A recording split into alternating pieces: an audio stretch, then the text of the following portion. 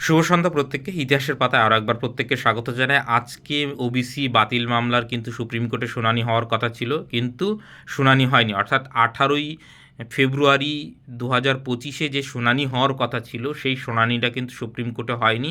শুনানি পিছিয়ে গেছে প্রায় 1 মাস, পাক্কা 1 মাস পিছিয়ে গেছে। 18/3/2025 অর্থাৎ মার্চ মাসের 18 তারিখে কিন্তু পুনরায় নেক্সট ডেট পড়েছে। তাহলে এই যে এই মামলাটা ডেট একটার পর একটা পিছিয়েই যাচ্ছে, ঠিকঠাক শুনানি হচ্ছে না। তার ফলে কি হচ্ছে, আমাদের রাজ্যের যে সমস্ত নিয়োগ মানে অনগোয়িং রয়েছে এবং আগামীতে নোটিশ আসতে চলেছে, সেগুলো কিন্তু প্রত্যেকটাই আটকে গিয়েছে। কারণ আমাদের রাজ্যের যে হাইকোর্ট, সেইখানে কিন্তু ওবিসি একটা অংশ বাতিল করা হয়েছে এবং সেইটা নিয়ে রাজ্য সরকার সুপ্রিম কোর্টে চ্যালেঞ্জ করেছে এবং সেইখান থেকে যেহেতু কোনো রকম স্টে আসেনি, অর্থাৎ এখনও আইনগতভাবে যারা বাদ পড়েছিল তারা বাদই রয়েছে। সেই কারণে নতুন নিয়োগ কিন্তু সরকার করতে চাইছে না তাদেরকে বাদ দিয়ে। এইবার নিয়োগে বাধা নেই এইটা ঠিক, কিন্তু রাজ্য সরকার কোনোভাবেই চাইছে না যারা বাদ পড়ে গেছে তাদেরকে বাদ দিয়ে তারা কোনো রকম কোনো মানে নোটিফিকেশন বের করবে না। কেন করবে না সেটা মানে তোমরাই জানো। তো যাই হোক, এই যে একটা মানে পরিস্থিতি তৈরি হয়েছে এবং বিধানসভার ফ্লোরে দাঁড়িয়ে আজকে মুখ্যমন্ত্রী স্বয়ং নিজে বলেছেন যে ওবিসি মামলার নিষ্পত্তি না হওয়া অবধি কিন্তু নোটিফিকেশন আসা সম্ভব নয়। কারণ ওই যে মানে আমাদের যে রোস্টার, সেই রোস্টার আবার তাহলে নতুন করে বানাতে হবে প্রথমত। দ্বিতীয় কথা হচ্ছে, যে অংশটা বাদ পড়ে গেছে তারা বাদ থেকে যাচ্ছে, তাহলে তারা সেই সুযোগটা পাচ্ছে না। এবং তিনি আরও অনেক কথা বলেছেন, ফেলোশিপ থেকে শুরু করে বিভিন্ন সুযোগ সুবিধা থেকে তারা বঞ্চিত হচ্ছেন।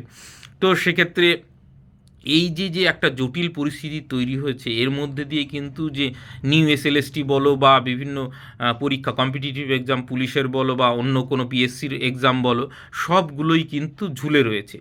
অর্থাৎ এই রকম অবস্থায় যদি এইভাবে ওবিসি মামলা পিছিয়ে যেতে থাকে, তাহলে কিন্তু মনে হয় না যে মানে বিধানসভার আগে আমরা নতুন এসএসসির মুখ দেখতে পাবো। তো সেই জায়গায় দাঁড়িয়ে আমাদের এখন কিন্তু এই ওবিসি মামলার নিষ্পত্তি হওয়ার জন্য এখন আন্দোলন করা উচিত, এরকম অবস্থা।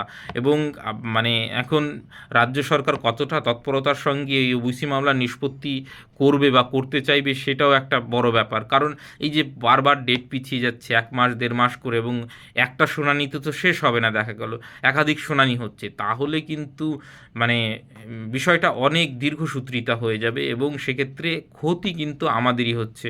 এবং আমরা যে সুযোগগুলো পেতাম সেগুলো কিন্তু সুযোগ পাচ্ছি না এবং সময় কিন্তু ধীরে ধীরে এগিয়ে যাচ্ছে। তো এই বিষয়টা নিয়ে কথা বলার প্রয়োজন রয়েছে, আওয়াজ তোলার প্রয়োজন রয়েছে, যাতে এই মামলা কিন্তু দ্রুত যাতে নিষ্পত্তি হয় এবং আগামীতে নিয়োগ বিজ্ঞপ্তিগুলো যেন আসে।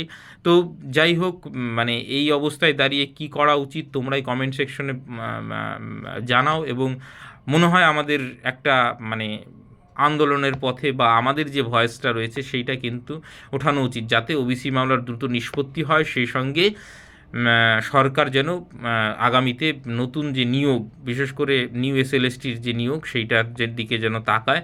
সে বিষয়ে কিন্তু আমাদের অবশ্যই এখন আওয়াজ তোলার সময় এসছে। কারণ আর 1 বছর পরেই 26-এই কিন্তু বিধানসভার ভোট। তো সেক্ষেত্রে এখন থেকেই তোমরা যদি মানে আওয়াজটা ঠিকঠাক না তুলতে পারো, দেখা গেল 26-এ যদি না হয়, তাহলে কতদিনে আর হবে মানে বুঝতেই পারছো, তোমরাও খুব ভালো বোঝো প্রত্যেকেই।